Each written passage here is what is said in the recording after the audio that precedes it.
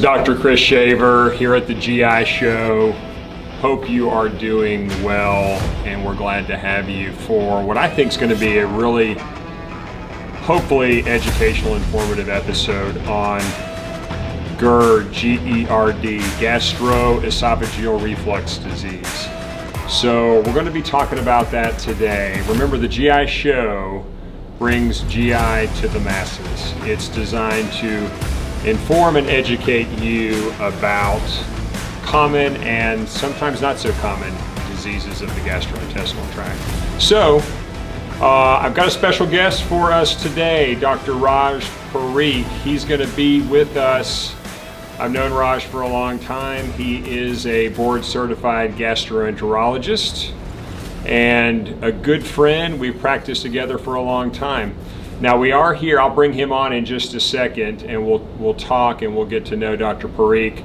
We are here today at the lovely BGA Studios and brought to you by Birmingham Gastroenterology. Check them out, including more information on reflux disease at bgapc.com.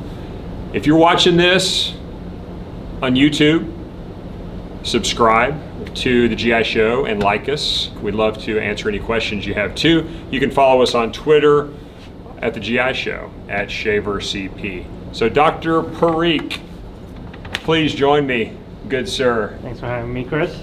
Good to see you, and welcome to your premiere time on the GI Show. We're glad to have you, and welcome. Appreciate it. Glad to be here, and hope we can spread some good information to all our patients, which we love. Yeah, absolutely. Well, listen, tell me about yourself. Tell me what first, well, first of all, where are you from? Actually, born and raised in New York City. Grew up there. My parents came from India in the early 70s, and grew up there, and I've been down here in Birmingham after training. My wife trained at UAB locally, and we thought we'd be here for just a few years, but we ended up loving it, having a family here and some other businesses in the community, and been here a little over 9 years now. So Dr. Parikh is the social chairman for our practice, and you're just a Renaissance man. Yeah. And you know a lot about a lot of things. Gastroenterology is there, but I would say you have a lot of hobbies. I have some hobbies. Give me a couple. Run through like a couple of them. I mean, you know, it's kind of developed over the years. I have some hobbies in the entrepreneurial world, which came from my dad, who was very much a small businessman himself. And I've developed a little bit of a real estate company on the side, which I do run with some family here in Birmingham. And it's been fun. And I also am part owner and help run a local brew pub, which is really just a few blocks right from around here. The corner. It's called the Grocery Brew Pub, previously known as Red Hills Brewing Company. And it's grown, it's loved by Homewood and surrounding neighborhoods, and it's been a lot of fun. Yeah, really first class. That's awesome. So great family, you know, wife, physician, and two awesome kids. 2 young kids, 1 and 4, who keep me young and keep me have made me pull back from some of my activities recently. That's right, balance. We try to balance it out. Well, tell me about your practice of gastroenterology. I would say you have a bit of a hybrid practice. Talk to us about kind of day in, day out what your practice is like. Sure, absolutely. I trained, you know, in residency and fellowship up in New Jersey, what's now called Rutgers University. And I kind of went down a road of specializing and training in advanced endoscopy, which there's a lot of procedures related to different cancer procedures, a lot of diagnostic and therapeutic procedures involving the pancreas, sometimes the liver and the bile ducts. And it's kind of grown even beyond that, and as endoscopy and GI grows extremely rapidly, to where we're now doing procedures to treat fecal incontinence, which was just not there years ago. Doing new procedures for reflux, which we'll be talking about today. Things for pancreatic cysts, which we didn't even exist in training. So it's evolving, and it's been my passion in GI. Now I also practice quite a bit of general GI, which includes screening colonoscopies, cancer prevention, treating regular reflux, ulcers, and things we do every day. I would say one of the things I admire about your practice is that you're an early adopter of certain new endoscopic procedures, kind of like what you're referring to. Some of them pan out and become sort of mainstream and become widely accepted. Some of them don't, but I like that you have that sort of creativity and that willingness to sort of learn on the job and apply sort of your skill set as an advanced endoscopist to kind of a wide range of GI diseases. Yeah, I appreciate that. So that's pretty cool. All right, well, let's get into the main topic, GERD. I'm just going to call it GERD, reflux disease, and this is a very common issue that we see here at our offices, and it's just super common. And let me tell you, it can be a real problem. Now, oftentimes it's managed at the primary care level, so we don't always get the sort of simple bread and butter reflux cases.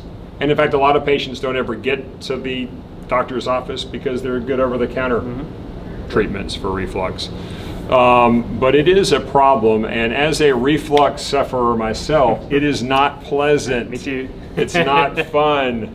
And so I think it's important for us to bring to you guys some kind of advanced discussion and ideas about this disease.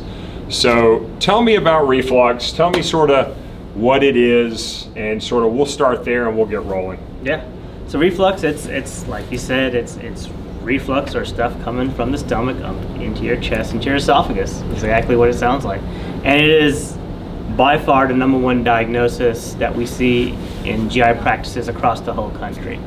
And it manifests in a lot of different ways. Chest pain, burnings, indigestion is a popular word. It's all different ways to describe it. And sometimes it's straightforward like that, and sometimes it's a little bit unusual symptoms or atypical symptoms. You know, you may feel like you're having a heart attack sometimes. You can have a cough, an asthma. So it has a wide array of presentation.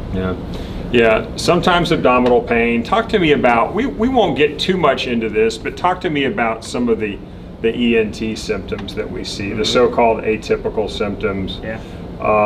Tell me about those. What are some of those symptoms that we see? And we do get referred a lot of patients from our colleagues in the ENT world for chronic cough or hoarseness. Hoarseness is a big one, where you have vocal cord inflammation and voice is all there. We get a lot of choir singers and church singers that complain about this.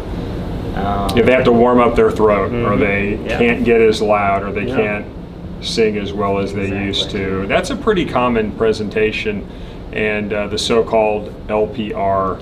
But we do see a lot of that, and I think we'll probably that's enough for a whole nother show, I think, is LPR. So we'll kind of keep it in the esophagus.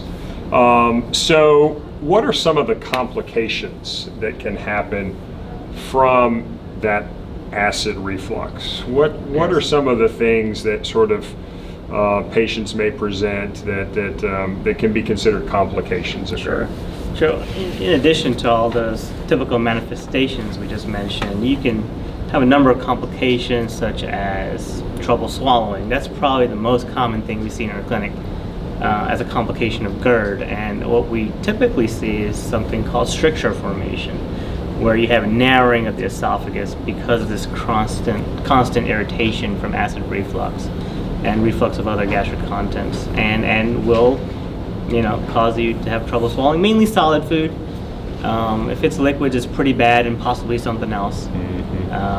And sometimes we see people in the middle of the night with food getting stuck in their esophagus, and can be quite dangerous. It can cause ulcers or perforation where the esophagus actually tears and becomes a surgical emergency. So it has a wide range of presentation. One of those types of deals that gets us out of bed at night. Now, I kind of like GI. There aren't a tremendous amount of sort of after-hours emergencies, but that's one of them. That and GI bleeding are the two main things that get us out of bed at night. Someone comes in and they can't swallow properly. We'll call it dysphagia. Food getting stuck, sometimes liquids getting stuck. So how do you work that up?